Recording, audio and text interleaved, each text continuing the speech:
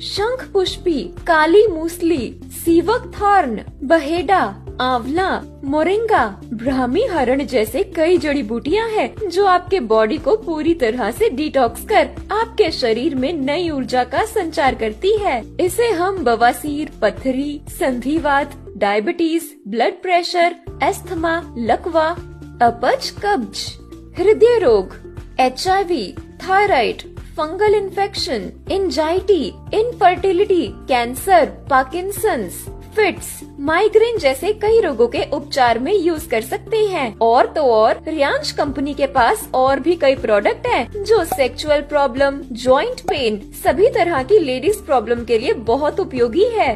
अरे वाह यार, एक जूस से इतने सारे रोगी की रोकथाम। फिर तो मैं आज ही इस रियांश अमृत जूस को मंगवाती हूँ। Riyansh multi trade private limited. Call